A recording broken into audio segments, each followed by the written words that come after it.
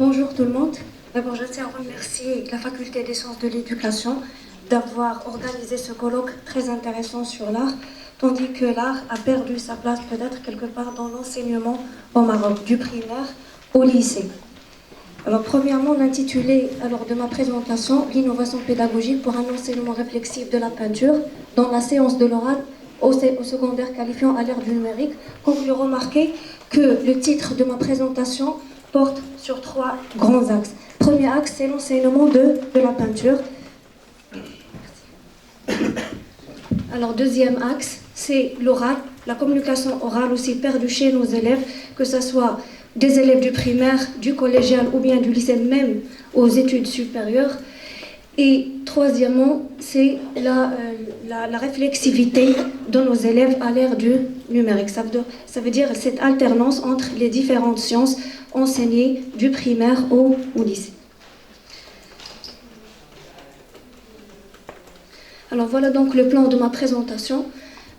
Problématique, méthodologie. Premier point, je vais traiter le rôle de la peinture dans l'apprentissage de la communication orale.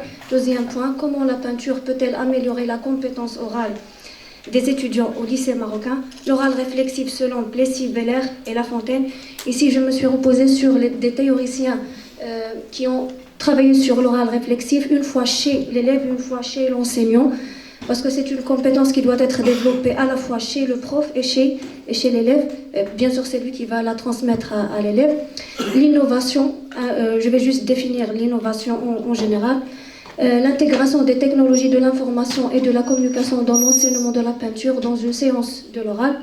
Les avantages spécifiques de l'utilisation des outils numériques dans l'apprentissage par enquête, dans l'analyse des tableaux artistiques, notamment, je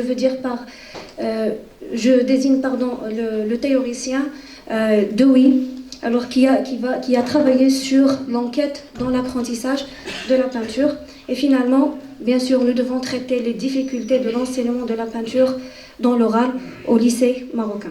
Une phase pratique sous forme de 2 schémas démonstratifs. L'enseignement de la peinture revêt une importance cruciale pour le développement des compétences critiques et analytiques, ainsi que pour l'enrichissement de la créativité et de l'expression artistique chez les élèves au qualifiant. Afin de concrétiser cette ambition, nous envisageons d'innovation dans l'enseignement de la peinture au cours d'une séance d'expression orale dans le but de rompre avec la monotonie des méthodes classiques. Cependant, l'approche traditionnelle de l'enseignement de la peinture se concentre sur les techniques et les produits finis. En intégrant des outils numériques dans la mise en œuvre de l'approche par enquête prônée par Dewey, nous favoriserons l'émergence de questionnements et de problématiques initiées par l'élève plutôt que par l'enseignant. Ainsi, l'enquête et la recherche encourageront le développement d'un sens d'autonomie et de réflexivité souvent latent chez les élèves au qualifiant. Il convient de noter que leur expérience artistique se limite souvent à l'image statique, voire inexistante, pour que la capacité orale au sein de l'objectif défini compétence personnelle, l'élève doit découvrir par lui-même son objectif au sein de l'objectif général défini par son professeur. Déterminer ses propres besoins et réaliser ses résultats individuellement ou en groupe. L'apprentissage de la peinture évolue donc au fil des siècles avec la prolifération des mouvements artistiques qui introduisent de nouvelles techniques issues de nouvelles approches artistiques. Cela nécessite une innovation pédagogique dans ce domaine dans le but de développer les méthodes d'enseignement de la peinture.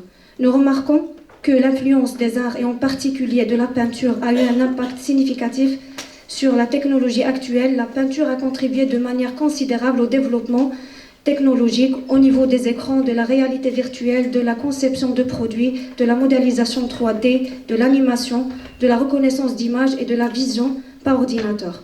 Cependant, cette discipline qui a influencé tant de domaines et de spécialistes nécessite une nouvelle forme de transmission pour préserver son authenticité esthétique et éducative.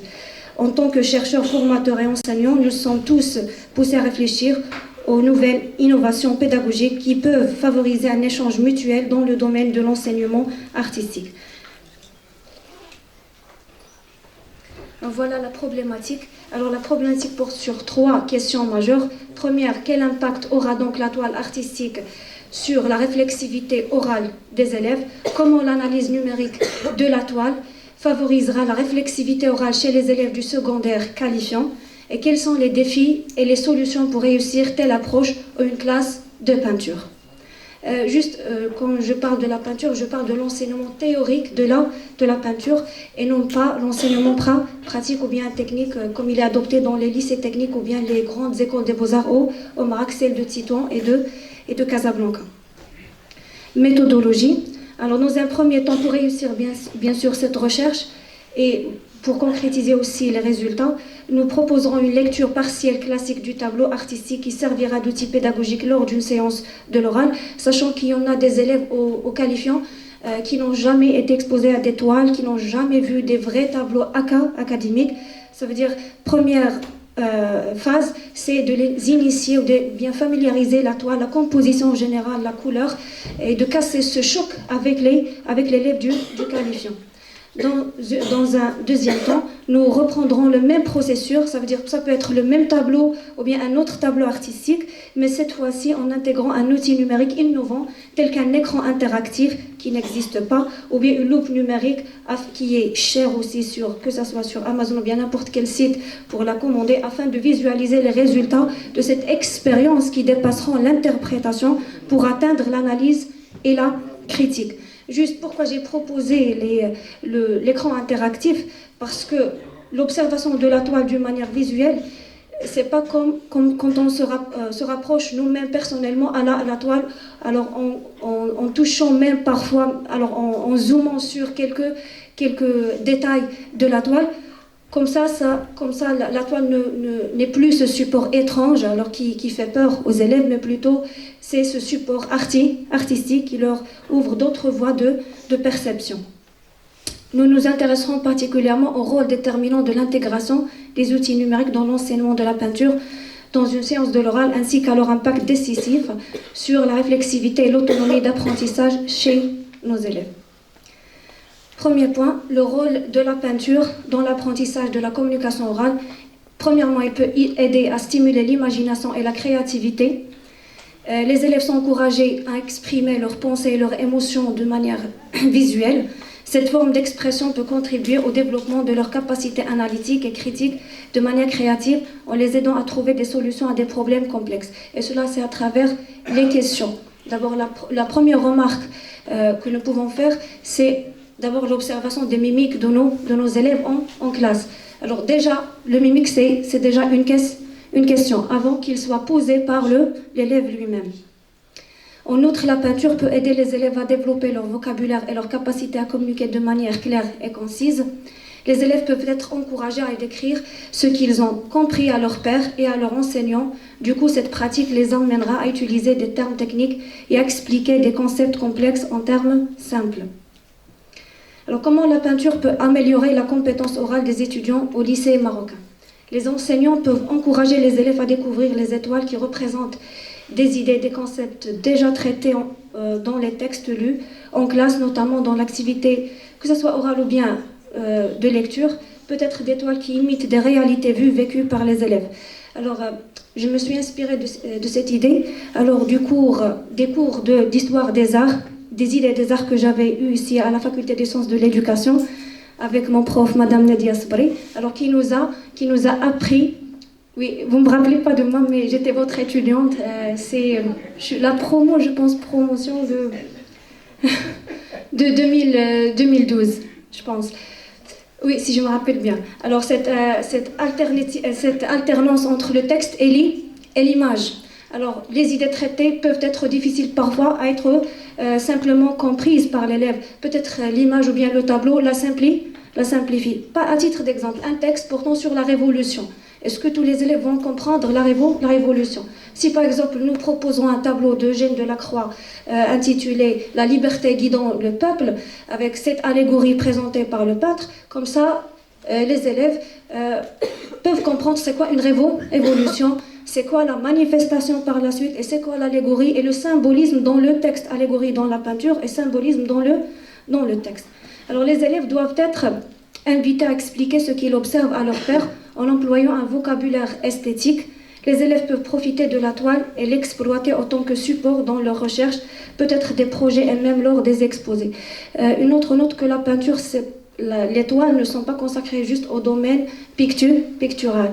Ils peuvent être employés sous plusieurs prétextes et plusieurs domaines. Et le cas, c'est la liberté guidant le peuple qui est projetée dans le Parlement français, domaine politique et domaine artistique. Alors pourquoi l'oral réflexif selon Plessis-Belair et La Fontaine? Alors c'est Hébert, c'est le seul que j'ai trouvé sa photo. Alors en effet, l'oral réflexif peut se dérouler entre pairs avec l'enseignant. Selon Plessis-Belair, on retrouve dans ce courant les travaux d'Hébert qui a observé le rôle de l'oral dans la construction de commentaires écrits dans les journaux de lecture des élèves. Alors ça, c'est le point très important. C'est l'interactivité entre l'enseignant et son élève, que l'oral, c'est pas important que pour l'élève, mais plutôt c'est de comprendre les mécanismes de l'oral, la pédagogie d'enseigner l'oral, elle est importante pour le professeur avant l'élève, parce que c'est lui qui peut construire cet étayage avec ses élèves lors de n'importe quelle séance. N'importe quelle activité peut se transformer en activité orale selon l'intelligence et la maintenance du prof, bien sûr, avec ses outils pédagogiques. Alors, s'ils sont aussi intéressés dans leur recherche visant à mieux comprendre les besoins des enseignants en ce qui concerne le volet oral du français, qu'ils avaient tendance à mettre de côté et à les outiller pour leur permettre de mettre les élèves en contexte d'oral réflexif. Ils ont entre autres travaillé le questionnement, l'étayage et l'identification des contextes qui favorisent le développement de l'oral réflexif chez les élèves. Qu'est-ce qu'innover dans le domaine éducatif? Concernant la peinture, par exemple, ce n'est pas un outil pédagogique nouveau, ça existait depuis longtemps. Mais ce que nous cherchons d'après l'innovation, c'est innover les méthodes, les outils pédagogiques, alors pour que la toile soit plus appréciée, plus adhérée par le public numérique actuel. Alors, maintenant, passons à la phase pratique. Ça veut dire une petite expérience avec les élèves. Premièrement, une exposition de la toile. Pour les toiles, je l'ai choisi d'une manière aléatoire, comme ça, je ne me suis pas concentrée sur le tableau ou bien le genre pictural. Alors, première observation du tableau, et même les questions du professeur se basent sur les premières ou bien les informations initiales que nous trouvons qui accompagnent chaque tableau. Par exemple, on a le nom du peintre, titre de la toile, on a, oui, sur toile, la technique, alors on a les dimensions et finalement le lieu de l'exposition. Alors par la suite, les questions du professeur se baseront sur ces informations. Il n'y aura pas une interaction, une réflexivité. Il y aura une relation automatique de questions-réponses entre l'élève et entre l'enseignant et son élève. Mais si, par exemple, alors, le professeur propose à ses élèves deux approches, la première qui est une approche par enquête avancée par Dewey, et la deuxième une approche numérique. Alors les élèves, selon leurs compétences et leurs capacités, vont choisir la compétence qui leur vient, ou bien l'approche qui leur vient. Première approche de Dewey, elle permet à l'élève de visiter des musées, peut-être même des ateliers de peintres pour avoir un contact direct avec les artistes et les peintres, et finalement même poser des questions, passer des interviews avec des artistes, que ce soit spécialistes, professionnels ou bien même des amateurs de l'art. Alors deuxième approche, par exemple, ils peuvent, si par exemple le lycée procure de ces matériaux numériques, comme la loupe numérique, alors qui nous permet de zoomer sur les détails du tableau. Par exemple, si le professeur a choisi comme objectif du cours alors d'étudier le regard des modèles, par exemple, la loupe numérique nous aide à zoomer alors ce détail et l'expliquer mieux aux élèves. Pour parler, par exemple, comme comparaison avec les textes, les sentiments dans le texte. Deuxième proposition, c'est la tablette interactive à travers laquelle l'élève peut manipuler lui-même la toile. Il peut diviser la toile à son propre insu. Et finalement, le tableau interactif que je trouve moi le plus convenable dans une séance de l'enseignement théorique de la peinture.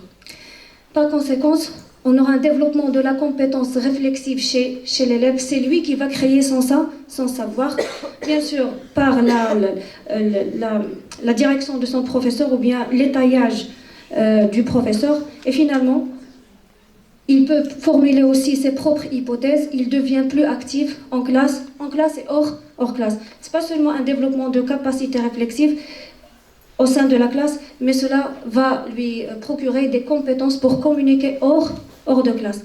Et l'art, ce n'est pas seulement un outil qui peut être étudié en classe, mais l'art, on le trouve dans les particularités de notre vie. Un plat bien présenté sur table, ça c'est de l'art. Alors l'utilisation des outils numériques vise premièrement à développer les compétences cognitives, sociales et émotionnelles des étudiants, met l'accent sur l'apprentissage actif, la curiosité naturelle des élèves et la recherche de sens dans l'éducation, permet aux apprenants d'explorer efficacement les œuvres d'art, de développer des compétences d'observation, de recherche et de pensée critique, ainsi que de construire leur propre interprétation des tableaux. Finalement, les difficultés de l'enseignement de la peinture dans une séance de l'oral au lycée marocain, le manque des moyens financiers, le manque de formation des enseignants, la pression des examens, les différences socio-économiques et l'image stéréotype qu'avaient même les parents sur la peinture. Ce n'est pas une spécialité, mais juste une loi, soi-disant une loi, loisir. Et merci beaucoup.